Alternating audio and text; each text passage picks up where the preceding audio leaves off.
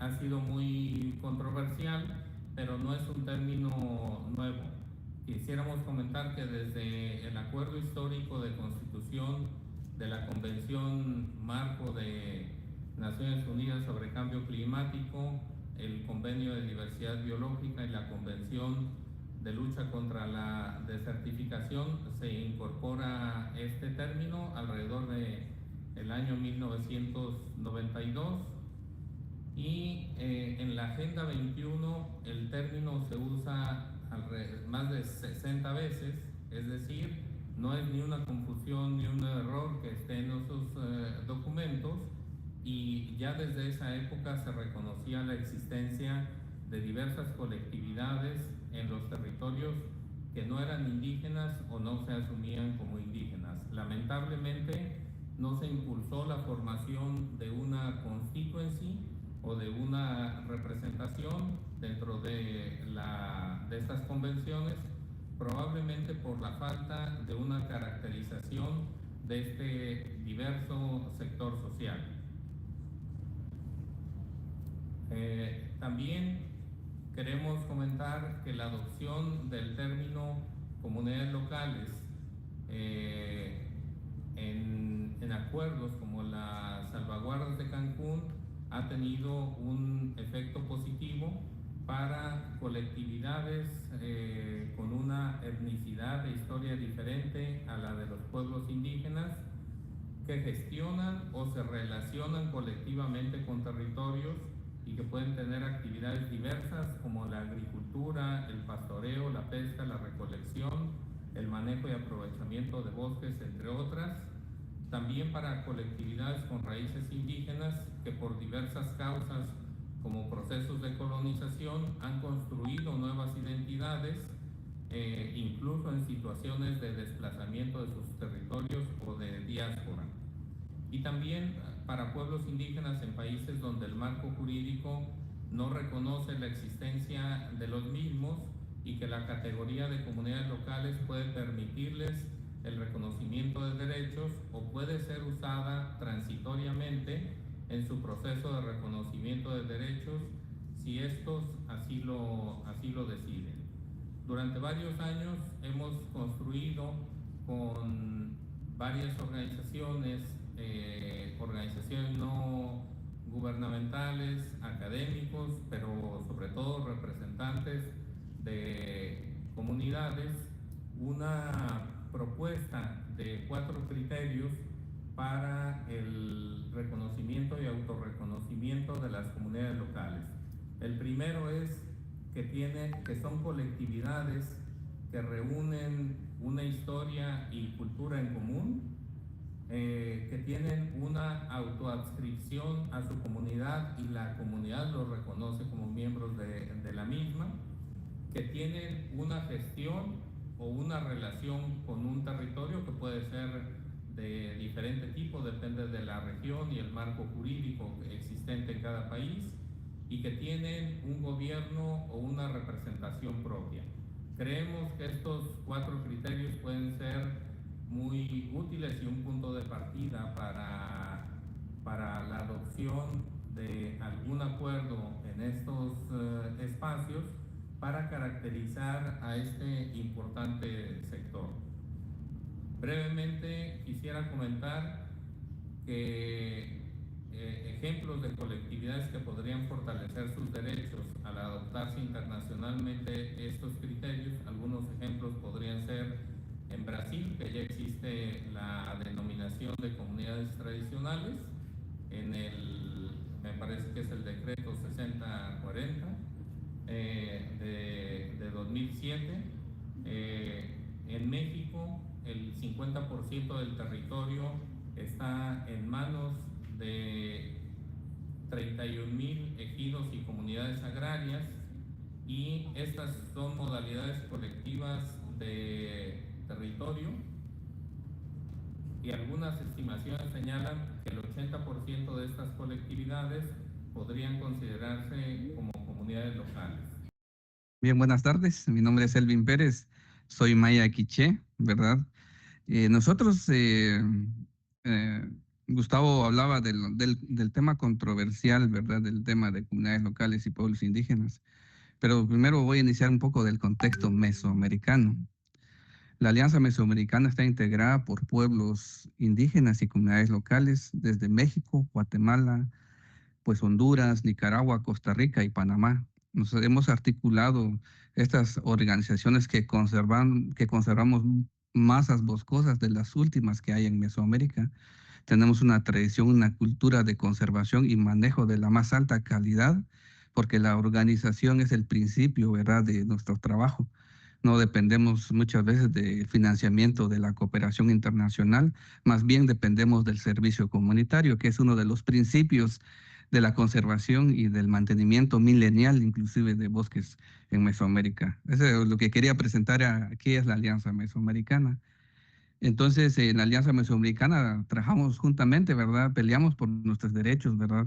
Peleamos también para que exista canalización de recursos directos a nuestras comunidades y también trabajamos mucho con el reconocimiento y la defensa también de los defensores ambientales. Recuérdense que Mesoamérica es uno de los países, como hemos dicho, es una de las regiones que también tiene alta tendencia a la criminalización y el asesinato también de líderes y lideresas que conservan grandes masas boscosas a nivel de Latinoamérica. Cerrando esta parte, yo quisiera hablar de dos ejemplos, como decía Gustavo, ¿verdad? Bueno, cuando hablamos de Guatemala, ¿quiénes son las comunidades locales, por ejemplo? Y un ejemplo, ahí está en pantalla.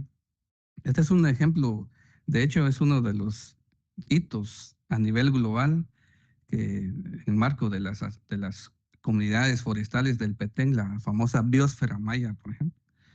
Los hermanos de la COFOP, por ejemplo, son un referente, un hito histórico, y de hecho ha sido un referente y ha sido utilizado, digamos, de hecho en la COP de biodiversidad fue uno de los que dio también fuerza para que comunidades, por ejemplo, y grupos organizados, inclusive del gobierno de Guatemala, llegara a conocer esa experiencia y luego ahorita Colombia está adoptando, por ejemplo, el modelo de las concesiones forestales en Guatemala. Es un ejemplo tangible y donde están ellos, por ejemplo, donde ustedes ven la marca roja, ahí donde hay presencia de las comunidades. Como decía también Gustavo, ¿verdad? Se los ha, muchas personas malintencionadas, empresas y algunos funcionarios de gobierno los han categorizado, ¿verdad? Como empresas, como personas madereras. Más bien no es así, ¿verdad? Son grupos que se organizan,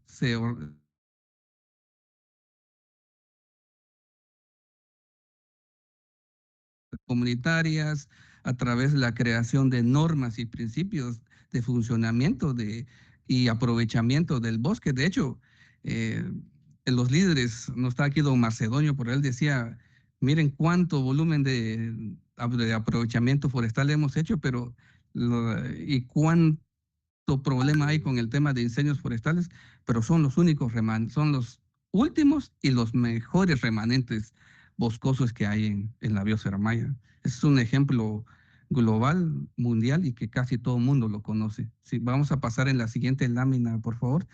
Y yo quería, bueno, ahí ya Gustavo va a pasar la siguiente lámina.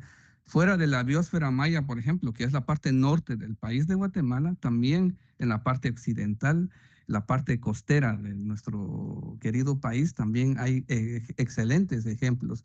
Aquí hay un mapa, quizás no se ve bien, ¿verdad? Siempre caemos en estas presentaciones que no son tan legibles, pero donde están los puntos amarillos es donde nosotros como red de organizaciones forestales de Utzche, ¿verdad? Utzche significa buen árbol en idioma maya quiché, que de hecho esa es nuestra tradición, ¿verdad? De conservación. Recuerden que Guatemala es el país de la eterna primavera.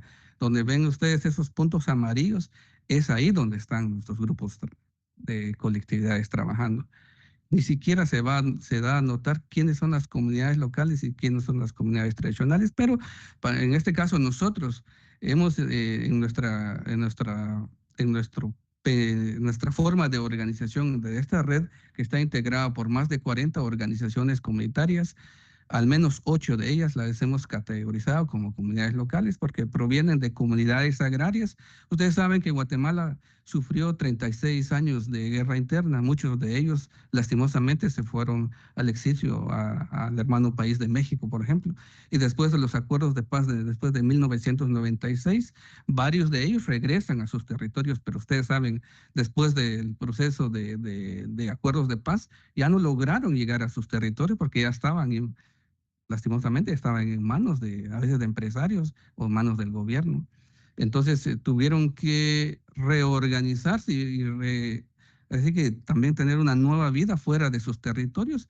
Y muchos de ellos, digamos, se establecieron en territorios donde ya su historia y su lucha y su nacimiento perdieron prácticamente todo ese legado histórico que tenían. Sin embargo, llevaban en su esencia la parte de la organización y la parte de las normativas comunitarias, que son los dos grandes principios que hay alrededor de la conservación. Entonces están entre ellas, como mencionaba Gustavo en su presentación, de las empresas campesinas asociativas, por ejemplo, que son grupos que se organizan, pero también ahí el mapa muestra dónde están las zonas de alta recarga hídrica, las últimas zonas de conservación de la biodiversidad, de este famoso 80% que hablamos los pueblos indígenas, ahí están establecidas. Entonces, en el contexto del cambio climático, estos grupos y colectividades deben de reconocerse también. Los pueblos indígenas no tenemos ningún problema, ¿verdad? Pero las comunidades locales, por ejemplo, sí necesitan este reconocimiento porque así como ellos, así como los pueblos indígenas tenemos problemas de criminalización, tenemos problemas de falta de financiamiento también las comunidades locales. El cambio climático no está viendo distinción de comunidades afrodescendientes también, que no lo vamos a tocar aquí, pero por ejemplo, ¿verdad? El cambio climático no ve ese detalle. Viene una sequía, nos afecta a todos por igual. Viene una inundación, igual nos afecta a todos por igual. Por supuesto, el gobierno de Guatemala aquí está presente. Sí necesitamos fortalecer esa conceptualización y también fortalecer las leyes nacionales. Muchas gracias. Muchas gracias, Elvin. Le vamos a pedir ahora a Marco Tulio que nos comparta el punto de vista del gobierno de Brasil. Marco Tulio, no sé si quieras pasar acá al atril, a la palestra, y contarnos un poco qué está haciendo el gobierno de Brasil para reconocer el papel y los derechos de las comunidades tradicionales, y qué se espera en Brasil para la COP30. Obrigado aos organizadores e parabéns pela iniciativa, um tema muito interessante. Eu entendo que eu devo falar português, não é isso? Isso. Então, muito obrigado, a iniciativa muito interessante, muito oportuna. De fato, é um tema não novo, como vocês já mostraram, mas que permanece muito atual e que há uma lacuna de implementação na Convenção do Clima, no regime de clima sobre isso, porque há essa previsão, mas que não foi concretizada ainda, de dar um espaço institucional para as comunidades locais. Como foi lembrado na abertura, esse tema já está muito bem caracterizado, a importância e a necessidade de um espaço para as comunidades locais. Isso já na Agenda 21, na Rio 92, foi tratado. Isso está também no texto da Convenção sobre Diversidade Biológica e no regime de clima, isso entrou textualmente, bom, primeiro por decisões da COP, né, tem a plataforma, que já está há vários anos aí, e também a referência a comunidades tradicionais e povos indígenas no Acordo de Paris, como se sabe. Então, todo o terreno está preparado para isso, mas falta concretizar essa participação e nós, como governo federal brasileiro, como futura presidência da COP, estamos totalmente abertos e receptivos a isso e achamos que isso deve acontecer. Na estrutura, nas políticas públicas brasileiras também, na legislação brasileira está instituído, né? Existe um comitê de povos indígenas e comunidades tradicionais, como se sabe, e são listadas nesse decreto, só a título de exemplo, 28 grupos distintos de comunidades tradicionais. O maior deles são os quilombolas, temos o prazer de ter aqui a Selma conosco representando esse grupo, mas são vários outros grupos e, portanto, é um universo muito amplo E é uma realidade muito importante em vários países, não é só o caso do Brasil, né? Nas Américas, nós tivemos esse momento triste da nossa história, que foi a escravidão. Disso decorreu essas pessoas que resistiram a essa violência e se organizaram em comunidades, e que são hoje as comunidades quilombolas no Brasil. Há outras comunidades com trajetórias históricas distintas, mas coisa parecida aconteceu em vários lugares das Américas, nos nossos países vizinhos, na Guiana, no Suriname, em todos eles há comunidades parecidas desse tipo, e em várias partes da América. Eu imagino que praticamente, ao menos em todos os lugares onde houve escravidão na América, isso existe e, portanto, isso faz sentido que seja reconhecido. E em outras partes do mundo, por razões históricas distintas, há comunidades que preenchem os requisitos que foram mencionados aqui pelo Gustavo e que, então, faz sentido que haja um espaço institucional para elas. E por quê? Eu acho que tem duas, no caso do regime de clima, tem duas coisas mais específicas, tanto na dimensão da adaptação e vulnerabilidade, como na dimensão da mitigação. Mas essas comunidades, eu posso falar com mais propriedade do caso brasileiro, elas têm vulnerabilidades específicas. Em grande parte delas são comunidades rurais, frequentemente com nível de renda mais baixo, estão na base da pirâmide socioeconômica brasileira, sofrem discriminações de vários tipos e desvantagens econômicas, e, estando em regiões rurais, são frequentemente mais vulneráveis aos impactos diretos da mudança do clima.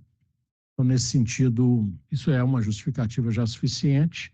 Mas, pelo lado da mitigação também, é contribuir para a luta contra as causas da mudança do clima. Essas comunidades, muitas vezes, têm muito a oferecer também. Elas ocupam territórios importantes,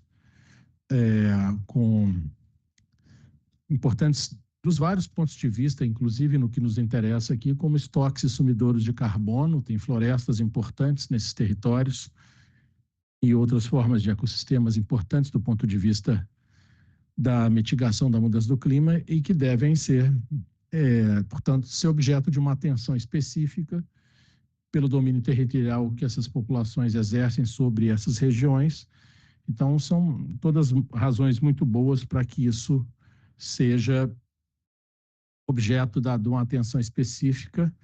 Então, nós estamos abertos, e minha colega especificamente, a Luísa, que é responsável por esse assunto, não está aqui hoje porque está em outro compromisso, mas ela está acompanhando isso atentamente. Estão aqui presentes também outras instituições do governo brasileiro, o Ministério do Meio Ambiente, estão atentos a isso, e nós vamos trabalhar junto com as comunidades para ver de que forma nós podemos ajudar a dar concretude para que esse espaço seja efetivamente ocupado na plataforma de povos indígenas e comunidades tradicionais, que atualmente, onde há atualmente, sobretudo, uma presença indígena, não menos importante, mas que já está consolidada. O que falta agora é concretizar a participação das comunidades tradicionais. A presidência da COP, estamos prontos para trabalhar para que isso se torne uma realidade. Obrigado.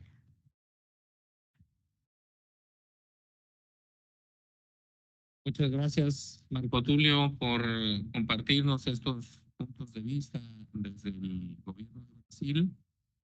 Ahora le vamos a pedir a Vivian si por favor nos puede compartir los puntos de vista del gobierno de Guatemala sobre el reconocimiento de el papel y los derechos de las comunidades locales en el marco de la Convención Marco.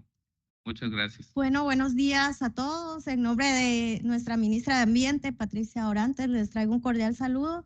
Y el día de hoy, pues quiero compartirles lo que estamos trabajando desde el gobierno de Guatemala para poder fortalecer la participación de las comunidades locales. Para los que no conocen el contexto de Guatemala, pues somos uno de los 20 países megadiversos del mundo. Tenemos una riqueza pluricultural, multiétnica y multilingüe extraordinaria, y por lo tanto las comunidades locales juegan un papel sumamente importante en la conservación de nuestros recursos naturales, nuestra biodiversidad y nuestros ecosistemas. También, pues, a pesar de que contribuimos muy poco a las emisiones de gases de efecto invernadero a nivel mundial, somos de los países más vulnerables al cambio climático y estamos sufriendo severamente estos efectos que tienen un impacto directo en nuestras comunidades locales. Nuestro país se dedica en un 55% a la agricultura y tenemos más del 32% de nuestros bosques conservados debido al enorme esfuerzo y el papel fundamental que juegan nuestras comunidades locales y nuestros pueblos indígenas. Como bien les enseñó Selvin, tenemos un modelo de manejo forestal sostenible que es ejemplo a nivel mundial, a través del cual hemos logrado mantener más de 1.2 millones de hectáreas conservadas en un modelo que funciona incorporando prácticas y conocimientos de las comunidades locales. El impacto del cambio climático es sumamente severo en nuestro país. Este año sufrimos récords históricos en la temperatura, alcanzando récords máximos que intensificaron eventos climáticos como sequías extremas. También sufrimos lluvias que provocaron inundaciones y pérdidas agrícolas hasta por el 100% de las cosechas de nuestras comunidades locales, lo que representa que en el siguiente año vamos a tener serios problemas de inseguridad alimentaria. También tuvimos efectos en la salud. Este año tuvimos registros de dengue, de transmisión por dengue del más del 100%, según los registros de los últimos 10 años. Y sobre todo este año, increíblemente, perdimos más del 500% de nuestros bosques debido a los incendios que sufrimos debido a la sequía prolongada. Y todo esto pues tiene un impacto directo en nuestras comunidades locales y por lo tanto como gobierno estamos conscientes del enorme papel que juegan nuestras comunidades en el diseño y en la implementación de soluciones que sean innovadoras, que sean costo efectivas y que nos ayuden a atender de forma directa las necesidades que tienen. Es por ello que desde el gobierno de Guatemala creemos que uno de los aspectos más importantes para poder favorecer que nuestras comunidades locales tengan voz en espacios como este de la Conferencia de las Partes es el fortalecimiento de nuestra gobernanza institucional. Desde el 2013 nosotros creamos una ley de cambio climático en la que se creó un Consejo Nacional de Cambio Climático a través del cual se guían las estrategias y acciones del país para responder de manera urgente a los retos que nos plantea los impactos del cambio climático, y este consejo está integrado por diversos sectores, más de 15 sectores representados, y específicamente los pueblos indígenas tienen una CIA dentro de ese Consejo Nacional de Cambio Climático que es presidido por el presidente de la República de Guatemala, y las comunidades locales también tienen una CIA en ese espacio de discusión donde se formulan las principales políticas públicas en materia de cambio climático, por ejemplo, nuestra NDC, nuestro Plan de Acción Nacional de Cambio Climático y otros instrumentos. Y este año por primera vez creamos una mesa de relaciones internacionales porque creemos que esos esfuerzos de gobernanza que se realizan a nivel local para involucrar a nuestras comunidades y a los pueblos indígenas también tienen que trascender en nuestra política pública, y es por ello que a través de esta mesa de relaciones internacionales desarrollamos nuestra posición país en diferentes temáticas en las que el gobierno de Guatemala ha priorizado trabajar, y además las comunidades locales están jugando un papel fundamental en las metas que el país se ha propuesto. Por ejemplo, en el 2027 estamos buscando o estamos planeando convertirnos en un país de deforestación neta cero, lo que implica el fortalecimiento y el desarrollo de proyectos, programas e iniciativas que se trabajen conjuntamente con las comunidades locales para conservar nuestros bosques y seguir manteniendo nuestra cobertura forestal. También tenemos planes en el sector agrícola donde estamos apostándole muy fuertemente a transferir tecnologías, capacidades, nuevos cultivos y nuevas formas de producir para que nuestro sector agrícola se adapte a los impactos del cambio climático y sea más fuerte. Y estamos trabajando también en fortalecer nuestro plan de acción de cambio climático en sectores que son clave, como la salud humana, la movilidad, la agricultura, el sector forestal y otros sectores en los que el papel de las comunidades locales es fundamental.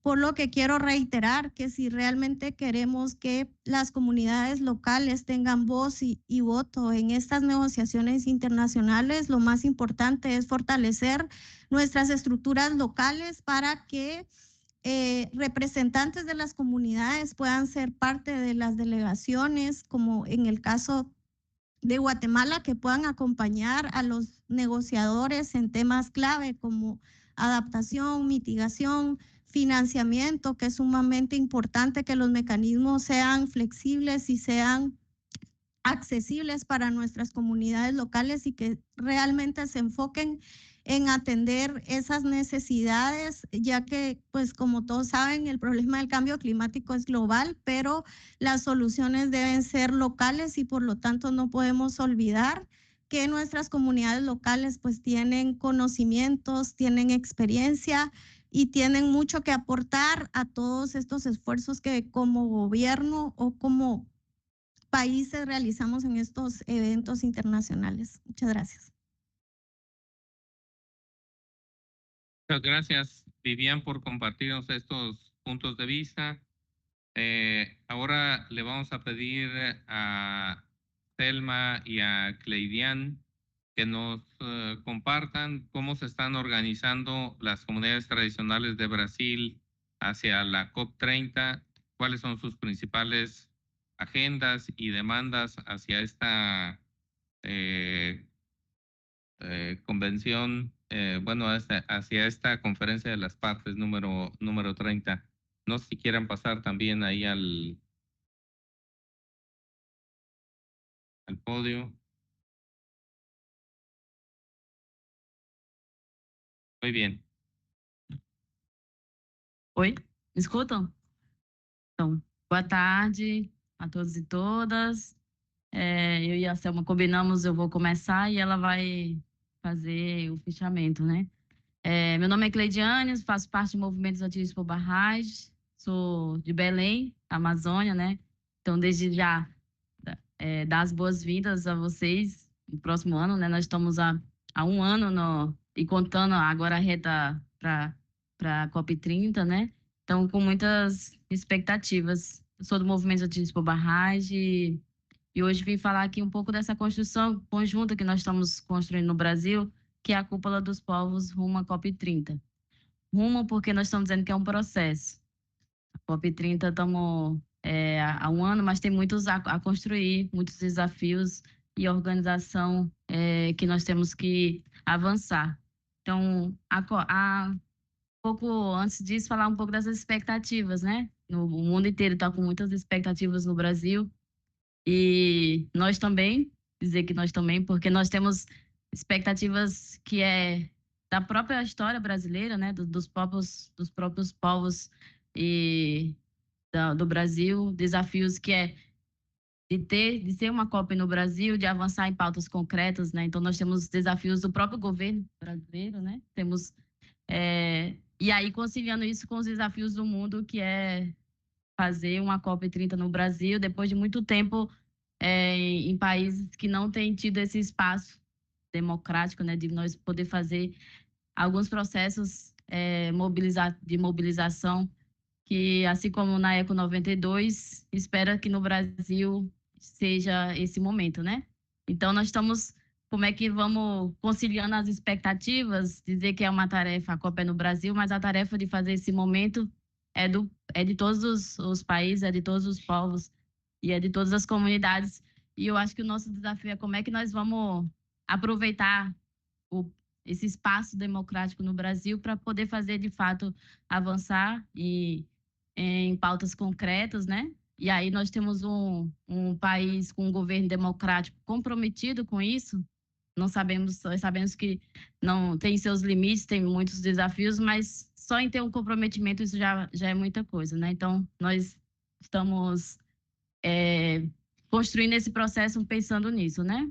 A Cúpula dos Povos busca fazer essa convergência das organizações no Brasil. Nós somos um país que tem esse histórico de movimentos sociais, de várias, seja movimento de moradia, seja movimento de luta pela terra, do campo e da cidade. Nós somos um Brasil com movimentos muito diversos, né? Movimentos ambientalistas. Então, esse é o desafio de como é que nós buscamos um espaço de convergência dessas lutas, desses povos, para avançar em pautas concretas, né? E aí nós estamos dizendo que é um processo porque nós não vamos resolver nossos problemas lá na COP30. Nós temos que buscar como é que nós avançamos desde já, desde quando o Brasil se candidatou para ser sede da COP, nós já estamos buscando como é que nós vamos falando que os limites estão impostos, então nós temos muito trabalho a fazer, mas esse é o objetivo, né? Como é que nós conciliamos o máximo de organizações possíveis. Hoje a cúpula já tem sido um espaço de construção desde 2023, já tem muitas organizações brasileiras, mais de 400 organizações que já sinalizaram que interesse de participar da cúpula, mas nós somos muito mais e nosso propósito é como é que amplia esse processo, tanto no Brasil, para fazer, de fato, essa convergência de pautas avançar, mas também avançar nos demais países, né? A COP não é só do Brasil. Então, como é que nós vamos internacionalizar esse processo e fazendo essa unificação das lutas, né? Então, esse espaço aqui em Baku é esse momento, assim, como é que nós vamos divulgar a cúpula, fazer esse espaço ser o mais amplo possível. Nós sabemos que não vai ser só um processo, né? Tem muitos processos em cursos nesse caminho, então todos os processos são importantes. Então, como é que nós converge o máximo possível? E aí convergir também no que é possível, porque nessa nossa diversidade no Brasil, nós já temos muitos desafios, né? De unificar. Então, como é que nós vamos pensar essa construção conjuntamente, buscando unificar o máximo possível, né? E aí nós estamos dizendo assim, como é que nós aproveita essa janela de oportunidades? Meu Deus, já recebi uma placa aqui de 3 minutos. É que eu só tenho 3 minutos, é? Ai. Então, como é que nós avançamos, né, nesse processo, buscando o máximo possível discutir? Dentro desse processo, tem uma parte importante das organizações de base, que é essa nossa diversidade de povos, comunidades tradicionais, indígenas, quilombola, todos e o máximo de diverso que vocês possam pensar a Amazônia, né? Então, nós estamos nessa construção com muitos desafios, visto que nós somos os principais atingidos pelas mudanças climáticas, né? E muitas vezes nós somos duplamente atingidos. Como é meu caso, eu sou atingida por barragem, muitos nós somos atingidos por mineração.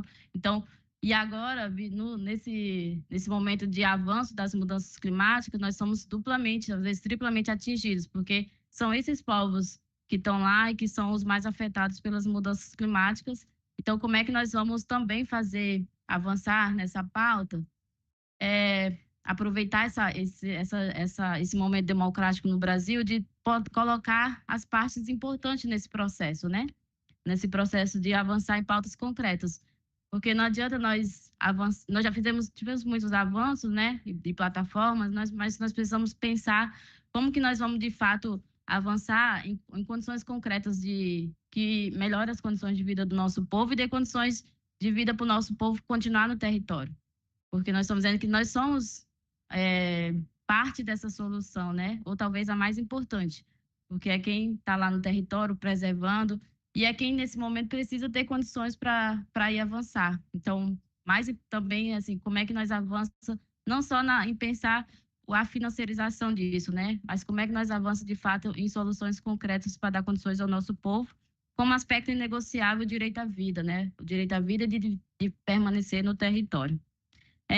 Então, nós continuamos com esse desafio, né, de tornar esse espaço ampliando, pensando também que nós vamos fazer uma COP em luta, Ou seja, nós temos muitos desafios, inclusive que essa COP fortaleça a democracia. Nós estamos num momento difícil no mundo, né? E no Brasil não é diferente. Então, como é que nós vamos avançar, inclusive, para fazer um espaço democrático no país que possa dar condições, inclusive, para ter esse processo de continuação da luta pós a COP30, né? Como é que nós vamos seguir? Assim como nós fizemos em 92, então a luta pelo clima precisa dar um salto organizativo no mundo inteiro. Então, como é que nós talvez comece a partir do Brasil, né?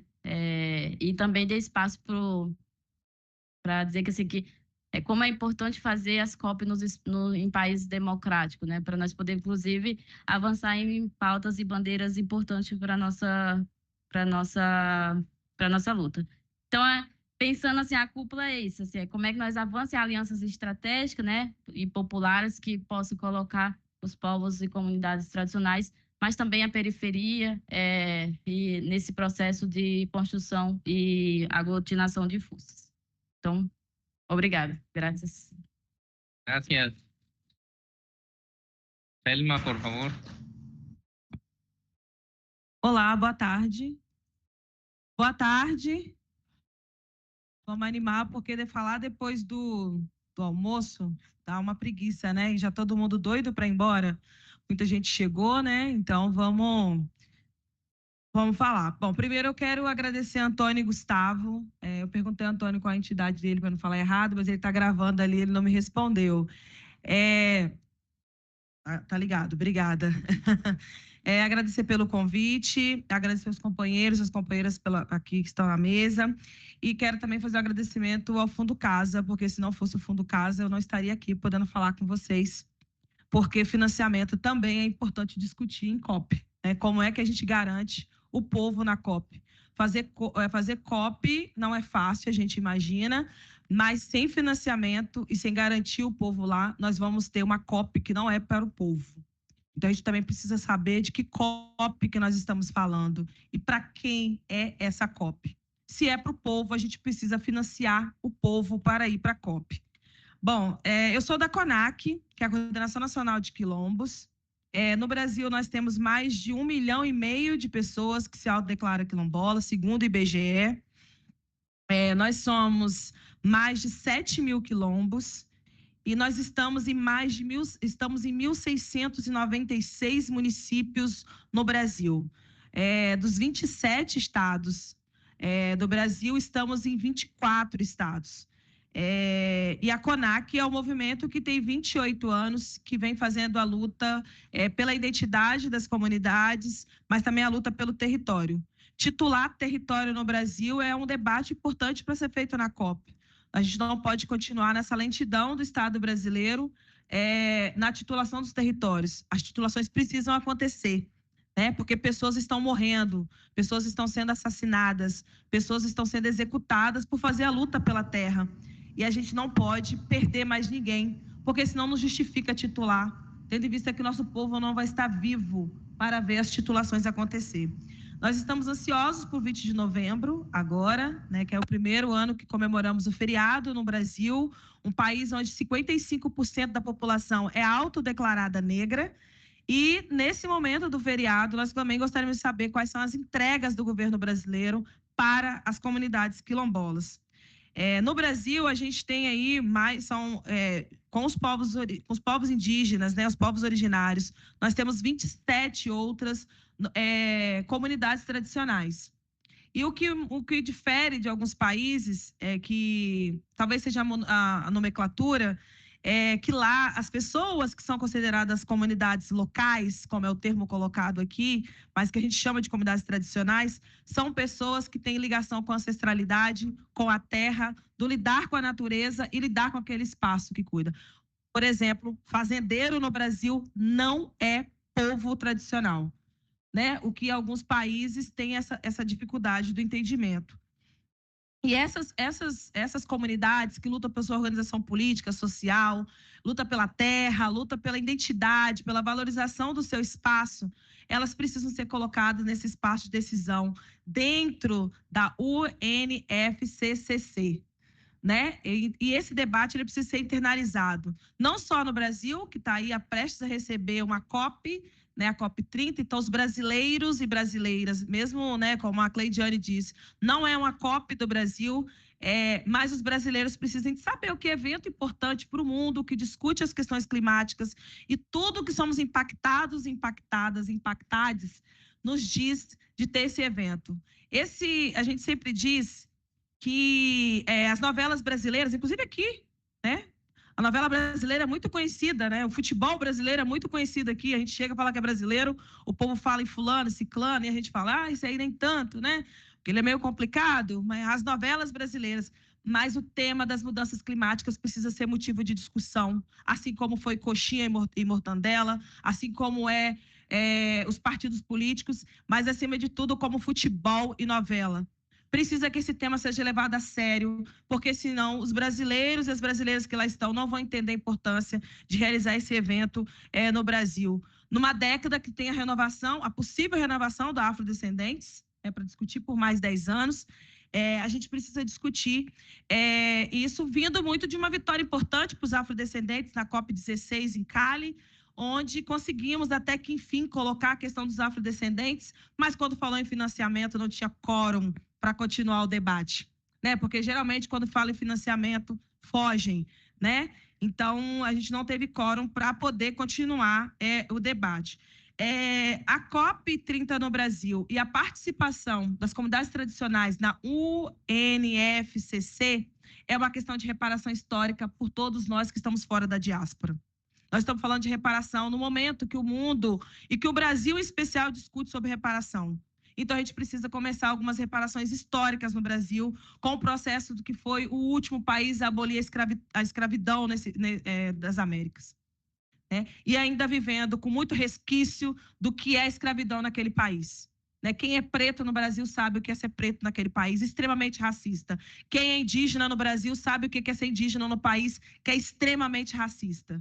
Então, querem saber de como é que é construir a COP? Pergunta para os povos originários, para os povos indígenas, pergunte para as comunidades tradicionais daquele país o que é fazer uma COP. Porque a gente não pode continuar sentando mais 30 anos sem que as mudanças de fato sejam feitas para o nosso povo. É isso. Obrigada. Muchas gracias, Selma y Cleidiani.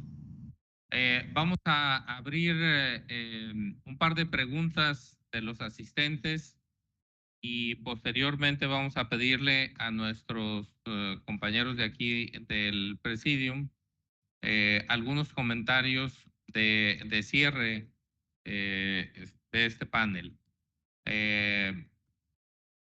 ¿Quién quisiera hacer alguna pregunta de lo que han expuesto nuestros compañeros?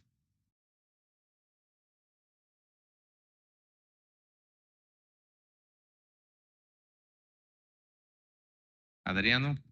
Sim, eu tenho uma pergunta, acho que para Gustavo e para os outros colegas também, talvez são.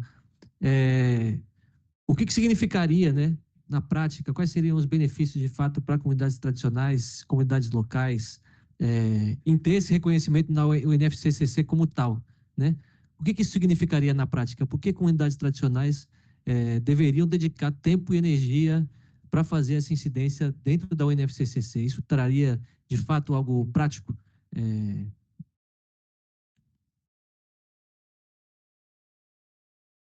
Sí, bueno, en el caso de México, Adriano,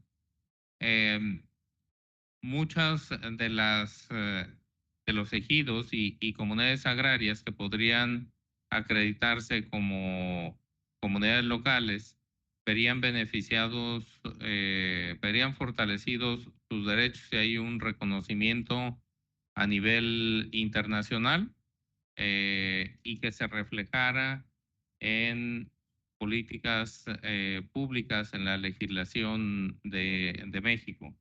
Por ejemplo, muchas de estas comunidades podrían verse beneficiadas en que fueran consultadas de manera debida sobre procesos, proyectos en sus territorios que pudieran afectarles de manera directa. También al caracterizarse bien lo que son las comunidades locales, podría haber políticas públicas muy específicas a este sector. Me parece que en el caso de México, al igual que otros países, estas comunidades están invisibilizadas y muchas veces en las políticas públicas se habla de productores, reduciendo a las comunidades su papel de cuántas mercancías llevan al mercado e invisibilizando lo que son sus aportes en muchos sentidos, de manera cultural, de protección de la biodiversidad, de manejo de los bosques y protección de los mismos, entre otras cosas. Gracias.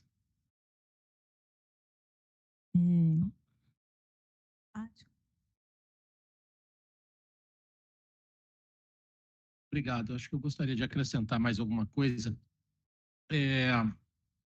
Como eu falei, eu acho que a questão das comunidades tradicionais ou locais, ela é relevante para o regime de clima, tanto na dimensão da adaptação como na dimensão da mitigação.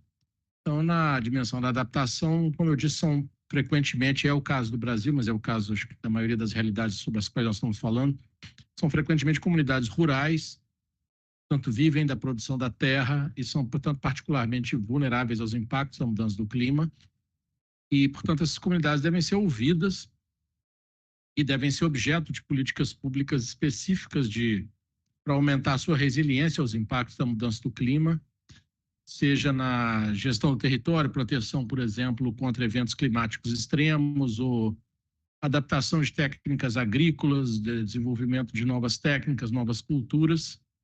Ao mesmo tempo, também elas podem dar uma contribuição importante, uma vez mais me atendo sobretudo à realidade brasileira, são comunidades que também conhecem seus territórios melhor do que ninguém e que, portanto, podem dar uma grande contribuição para pensar em como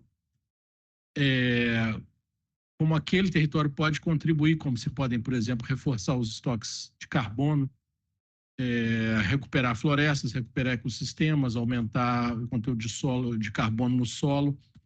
Elas tanto podem contribuir para enfrentar as causas do problema, como devem ser objeto de políticas públicas para aumentar a sua resiliência aos impactos da mudança do clima.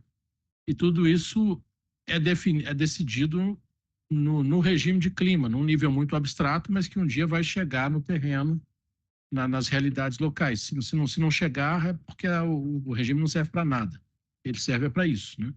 Então, e é importante que essas comunidades estejam aqui para fazer ver seu ponto de vista, né? É isso. Pode perguntar? Sim. Marta, Então, por favor. Primeiro, super parabenizar a mesa incrível, muito rica, e fazer algumas perguntas para vocês. Uma primeira seria como que vocês enxergam que seriam os próximos passos para realmente ter essa constituinte, ou se não, né? Se a gente não vai ter uma constituinte, se a gente vai ter um outro caminho para formalizar que representantes de comunidades tradicionais estejam, né, no processo da UNFCCC. Então, essa seria a primeira, enfim, pergunta.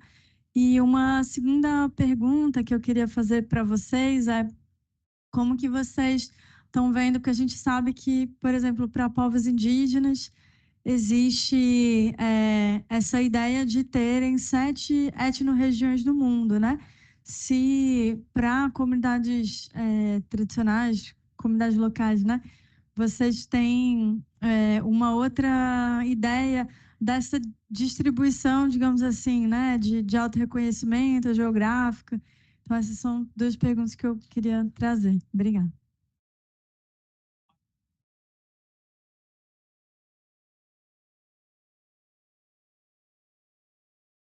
Boa tarde.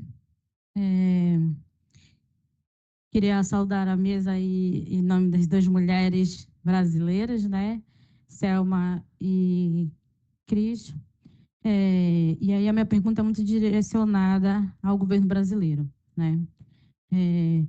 Considerando a importância da população tradicional, né, pela manutenção da Amazônia, pela permanência, né, da biodiversidade, a conservação da biodiversidade, A gente teve agora, recentemente, a COP da Biodiversidade, e em Cali foi lançado o projeto Quilombo das Américas, né?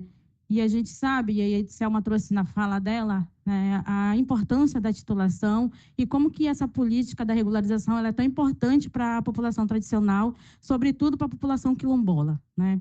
E aí a gente sabe também que o orçamento apresentado no projeto Quilombo das Américas está longe de concluir a pauta da titulação, mesmo a pauta emergencial, né, que a gente considera que são dos territórios que estão em conflito acirrado.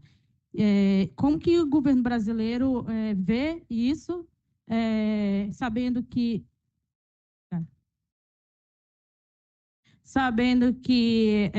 a COP, principalmente a COP 30, que vai ser no Brasil, e no estado da Amazônia e no estado do Pará, que é o estado com maior número de desmatamento, mas também é o estado com maior número de mortes no campo, né? E a gente sabe que as incidências vão ser muito, né, dentro dessa COP, né? Trouxe a Cleidiane também na fala dela, na construção da cúpula. Então, como que vocês estão se preparando para esses incidentes que possivelmente vão acontecer durante a COP?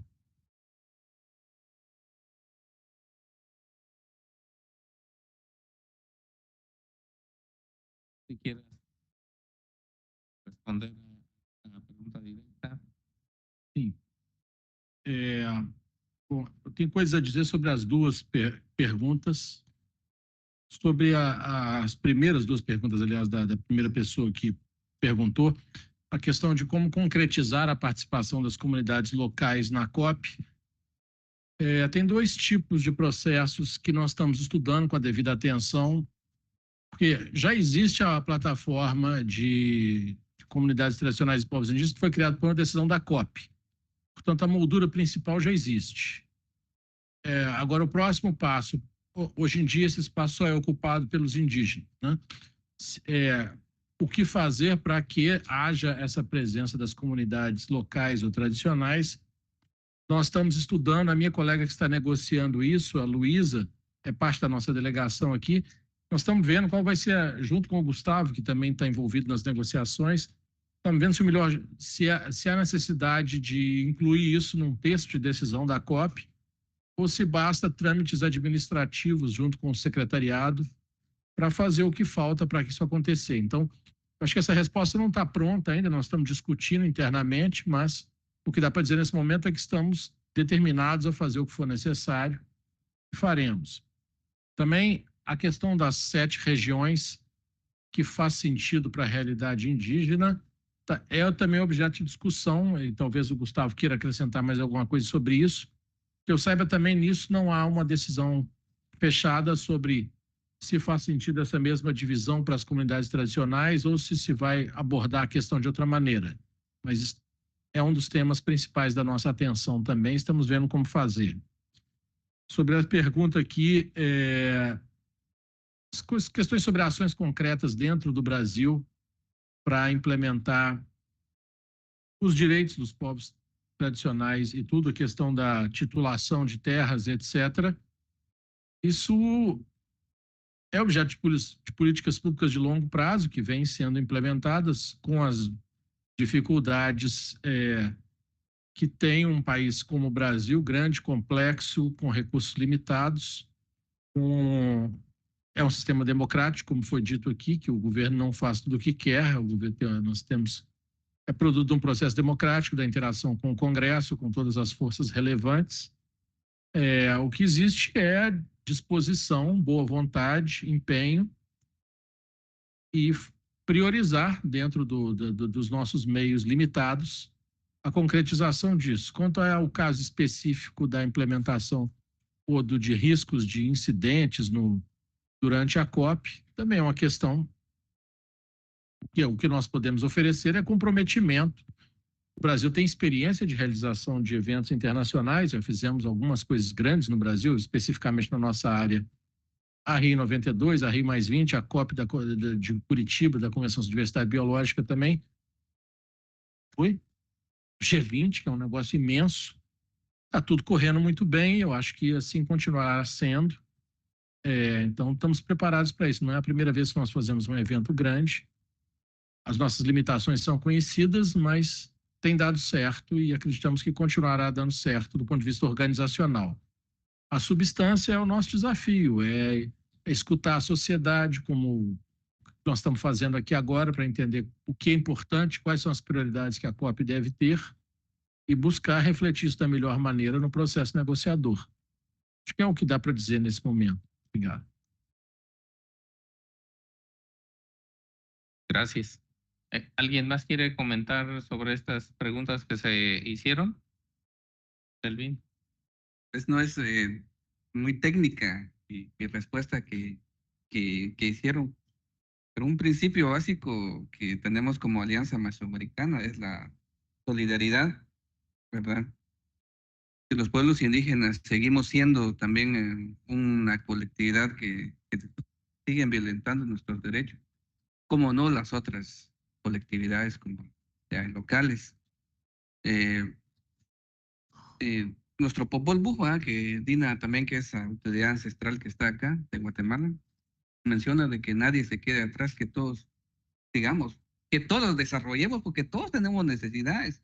Lastimosamente, tanto pueblos indígenas y comunidades locales seguimos estando en la pobreza y en la extrema pobreza, ¿verdad? A pesar del gran trabajo que hacemos en la conservación y la protección de los bosques. Sin embargo, pues ese es uno de los elementos. Uno también es el intercambio. Es necesario el intercambio y un diálogo abierto, ¿verdad? No estamos, las comunidades locales, a mi entender, y siendo un indígena, por ejemplo, no me viene a violentar mis derechos, ni viene digámosle, a sopesar lo que, por cierto, por muchos años se ha reconocido en entidades como las Naciones Unidas. Entonces es importante el intercambio, ¿verdad? En Alianza Mesoamericana hacemos el intercambio de experiencias. Vamos y aprendemos de una experiencia, una práctica de manejo forestal. Pero es importante, ¿verdad? Yo creo que el avance está primero, en ser solidarios. Es un principio básico que tenemos que romper en estos espacios acá, porque se cree que las comunidades locales pueden absorber el financiamiento, y es mentira. Sabemos que el financiamiento llega, si mucho, se ha demostrado en estudios científicos, ¿verdad? Que el 1% de esta gran nube de financiamiento que se habla en estas convenciones, si mucho llega el 1% de nuestras comunidades. Pero tenemos que romper esquemas. Y este es un principio básico. Pues digo, no es técnico quizás la respuesta que me están haciendo, pero es importante el intercambio, es importante el diálogo abierto y sincero, y es importante también esa orientación que Gustavo presentó de esta conceptualización, ¿verdad? Romper paradigmas también, ¿verdad? Porque muchas veces nuestra mente está sujeta también a principios o visiones extremas, ¿verdad? Que evita. No voy a permitir que este grupo entre al sistema porque me puede violentar mis derechos, porque puede canalizar o robarme recursos. Es en ningún momento, así es. Entonces, esa es una situación que yo quería comentar, hablando un poco de cómo romper paradigmas también. Sí, me parece que hay una pregunta más. Yo solo quisiera agregar que a lo que señalaba Marta, que no necesariamente la regionalización de comunidades locales tiene que ser un espejo de cómo están organizados nuestros hermanos de pueblos indígenas. Yo esperaría que en este taller que esperamos que se dé en Brasil para discutir los criterios, la identificación, autoidentificación y los caminos para lograr la acreditación dentro de la normativa y de los protocolos de la convención, pues podamos también identificar las regiones que corresponderían en este caso para este sector. Ahora, me parece, y ese es un reto para todas las organizaciones comunitarias, que la Convención de Cambio Climático es una de las ventanas o de los espacios donde lograr la representación, pero ahí está el Convenio de Diversidad Biológica, también la Convención de Lucha contra la Desertificación y el mismo sistema de derechos de la Organización de las Naciones Unidas. Sin embargo, todo esto implica un reto fundamental porque ya lo mencionaba Selma, acudir a estos espacios no es fácil y mantener una incidencia simultánea en diferentes ventanas es para nosotros un gran reto porque además tenemos que atender la agenda de manera territorial y corremos el riesgo de solo estar en los espacios internacionales sin un vínculo con el territorio. Es realmente una labor titánica. Sí. No, yo solo para complementar, creo que lo que acabas de decir es fundamental. Nosotros en el 2013 creamos la ley de cambio climático y como les mencioné, son 15 sectores representados en la ley que son los que toman las decisiones con respecto a la política pública nacional e internacional en temas de cambio climático en el país y las comunidades locales tienen una silla dentro de ese Consejo Nacional de Cambio Climático con voz y voto. Sin embargo, el mayor reto que tuvimos como gobierno es que no hay una representatividad o una gobernanza de estas comunidades locales y habían momentos en que no sabíamos ni siquiera a quién convocar porque no teníamos una representatividad oficial de estas comunidades. Entonces creo que un paso fundamental es, bueno, sí, ir a estos espacios internacionales, a buscar que se reconozca la participación de las comunidades locales, pero si no nos organizamos y no formalizamos esas estructuras de gobernanza, esos espacios se van a crear y va a suceder lo que nos pasó en Guatemala, que prácticamente pasamos casi 10 años sin poder lograr tener la representatividad de las comunidades locales porque no sabíamos a quién convocar, ya que había no existía una estructura formal y algunas organizaciones incluso no se logran poner de acuerdo entre sí. Entonces creo que es muy importante el trabajo que ustedes realizan en cuanto a definir esas gobernanzas, formalizarlas, que logren la representatividad y sobre todo que existan unos criterios claramente definidos para que se puedan nombrar a los representantes ante esos espacios que se logren habilitar, si es que es posible, ¿verdad? Gracias. Vamos a tener una pregunta más y tratamos de dar respuesta a la misma con también algunos comentarios de cierre. Boa tarde a todos. Maurício Lache, Fórum Brasileiro de ONGs e Movimentos Sociais. Eu queria fazer uma pergunta que vai dialogar com quase toda a mesa. Nós temos no Brasil uma política nacional de recursos hídricos. A água é o principal bioindicador do efeito das mudanças climáticas, pelo excesso ou pela escassez, né? No caso brasileiro, o Pantanal, o Cerrado e a Amazônia praticamente não tem comitês de bacia, né? E é nesses comitês um instrumento de participação social e de empoderamento das comunidades tradicionais, né? Por que isso não é priorizado por parte do governo brasileiro e como estratégia as comunidades tradicionais ocuparem espaço e influenciarem as políticas públicas, já que o mercado olha a água não como potencial de vida, e sim como potencial de ganhos, né, de mercadoria.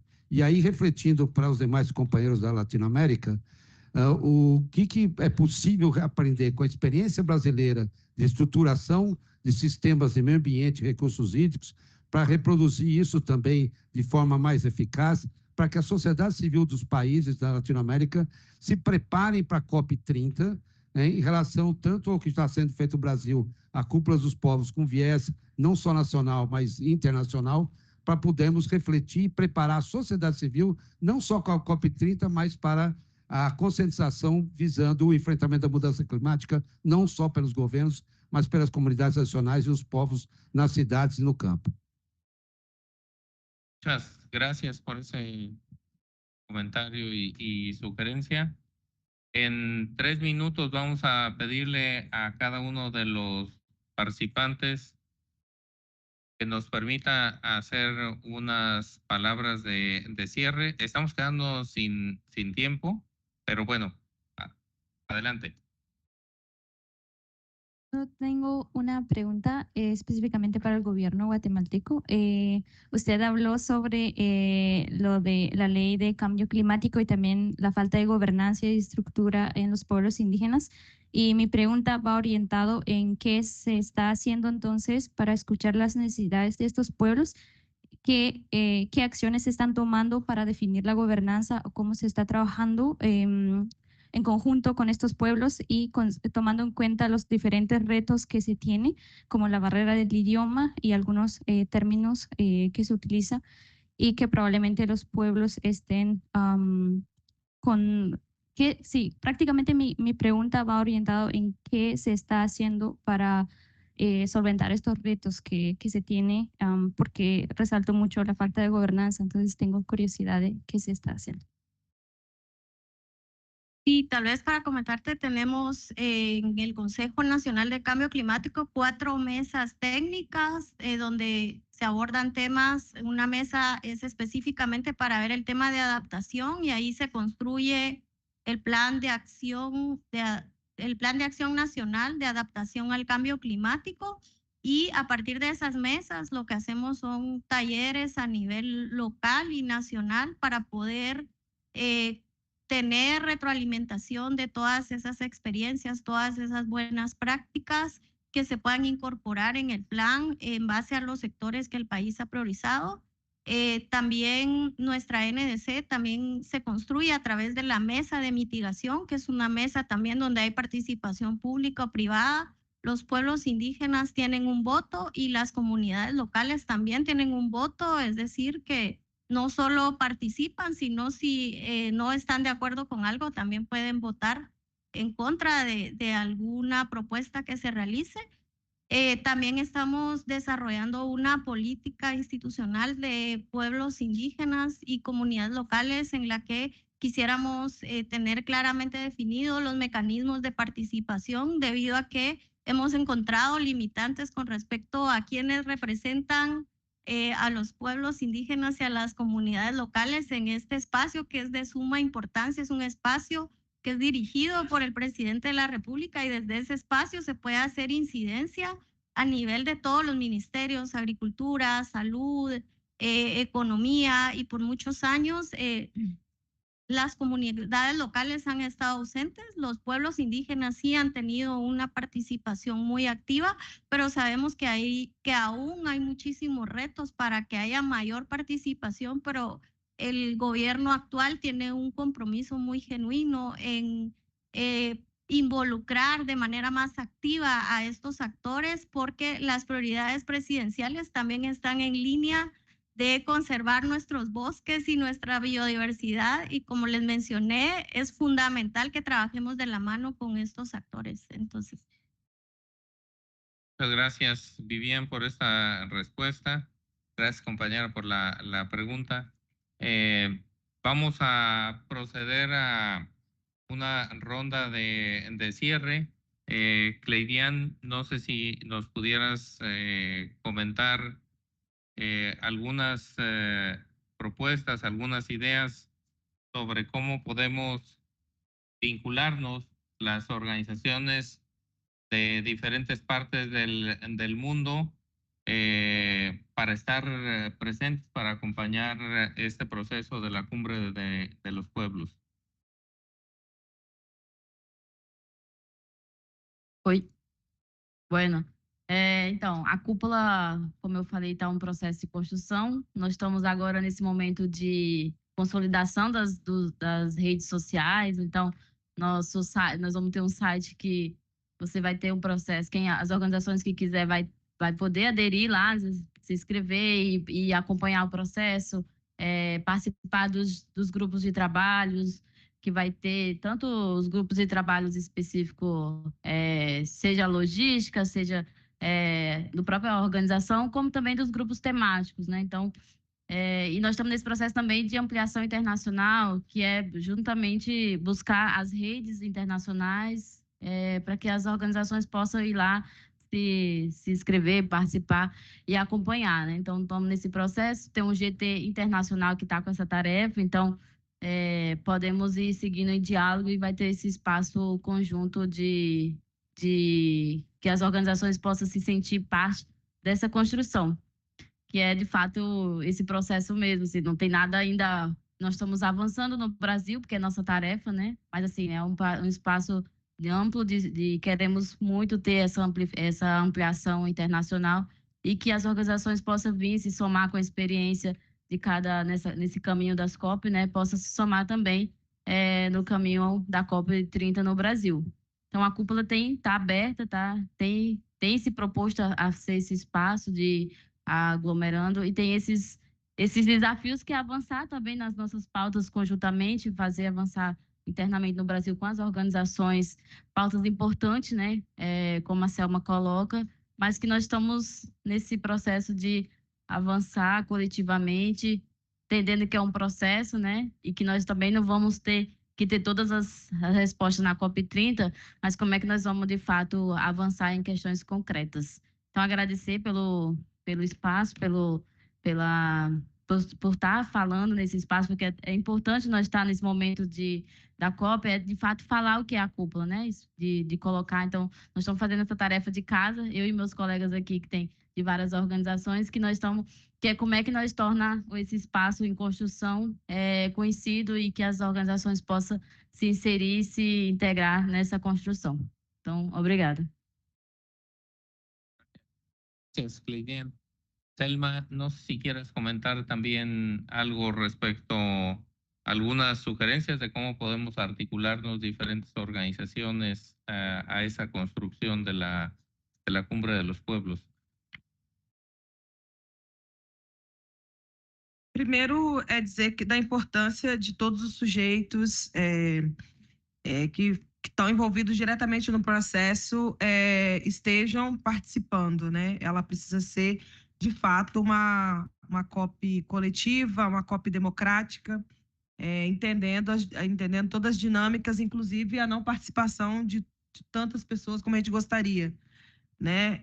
Mas acho que através da Cúpula dos Povos, nós vamos construindo essas participações também muito internamente, reconstruindo e avançando para os debates que são importantes para todos os movimentos e as pessoas que estão ali envolvidas diretamente. Então, eu acho que nossa esperança é que seja uma COP realizada.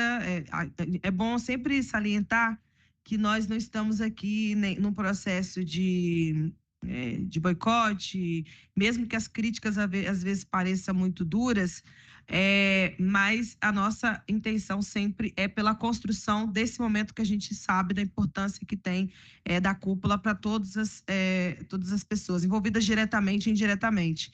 E nós estamos nesse processo de construção. Estar nesse espaço, falar nesse espaço, falar das oportunidades e também dos desafios, dizer do que estamos fazendo no Brasil para construir essa COP, não só no Brasil, mas com todos os países envolvidos, porque a gente sabe que é uma COP para todo o planeta. Por fim, acho que agradecer mais uma vez o espaço, dizer que cada momento que a gente tem a oportunidade de falar das comunidades quilombolas, das comunidades tradicionais, é uma bolha que a gente fura e um espaço que a gente consegue colocar o nosso debate na importância que esses povos também têm para a manutenção de todos os biomas. É bom dizer que sem o Cerrado, sem a Caatinga, sem o Pantanal, sem o Pampas no Brasil, a Amazônia também ela não se sustenta. Então, é preciso que todos os biomas também sejam cuidados, também sejam observados e também sejam colocados em lugar de prioridade de cuidar. Rumo à COP 30, esperamos todos vocês no Brasil e rezar para ter credencial para todo mundo, né? Mas então, vamos lá, porque o nosso desafio é para construir uma COP de fato democrática, uma COP coletiva e uma COP diferenciada. E eu tenho certeza que essa COP ela vai marcar o antes e o depois de todas as edições realizadas. Obrigada.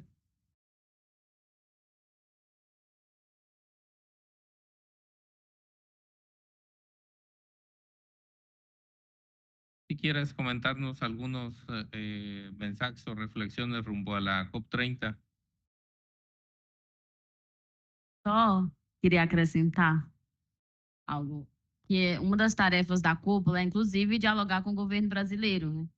Então, nós estamos nesse processo que é, inclusive, de dar as condições que o governo brasileiro dá as condições para a sociedade civil participar da COP em Belém, né? Nós estimamos aí que, no mínimo, 30 mil pessoas vão estar conosco diariamente no palco democrático da Cúpula dos Povos. Então, Belém, de fato, vai ser um grande espaço, assim, que nós queremos fazer com que o povo brasileiro e do mundo tenha voz e vez nessa discussão, né? E fazer avançar. Então, nós estamos, uma das tarefas da cúpula é dialogar com o governo brasileiro para que tenha as condições para realizar esse momento em Belém. Tá. O Maurício fez uma pergunta rápida sobre a questão da água. O espaço aqui, o tempo é muito curto para a gente abordar isso, mas eu acho que é uma experiência rica que nós temos no Brasil de gestão de bacias, rica, mas incompleta, que há muito o que melhorar, como você mesmo disse. A água é um tema intimamente relacionado à mudança do clima, que tem que ter toda a atenção, tanto, uma vez mais, tanto como alvo dos impactos da mudança do clima, como parte da solução também. É o caso no Brasil, as múltiplas dimensões da água, né? Não vai dar para ir além disso, porque o tempo está realmente muito escasso, mas está anotado e estamos plenamente convencidos da importância desse tema no todo. Quanto à preparação da cúpula de Belém, e como foi dito aqui pela Cleidiane e por outras pessoas antes, existe um processo em curso e nós temos uma inter-relação sistemática e é uma prioridade central do governo brasileiro dialogar com a sociedade civil em particular, e então está em curso esse processo de preparação da Cúpula dos Povos, que é uma grande oportunidade de escuta, e nada melhor do que ter a própria sociedade civil promovendo isso e que venham conversar conosco, melhor do que nós termos que, de alguma maneira, organizar isso pela sociedade, nada melhor que a própria sociedade se organize e nos traga suas demandas, e estamos plenamente abertos a escutar. Afora isso, no processo organizado, liderado pelo próprio governo brasileiro, vai haver uma pré-COP também, que é um novo momento em que a sociedade poderá se manifestar, trazer suas demandas, né? E tem a agenda de preparação de uma COP, ela se estende ao longo de todo o ano. Vai ter as reuniões de meio de ano também, em Bonn, na Alemanha, como todo ano tem. É uma nova oportunidade para que nos transmitam essas demandas. Estamos abertos a escutar e ver como podemos incorporar isso ao processo da Cúpula de Belém. Então é isso. O principal que eu tenho a trazer aqui é uma mensagem de abertura, por isso que nós estamos aqui para escutar. Obrigado. Muchas gracias, Marco Tulio. Ahora le vamos a pedir a Vivian que nos dé algunas reflexiones rumbo a la COP30 desde la perspectiva del gobierno de Guatemala.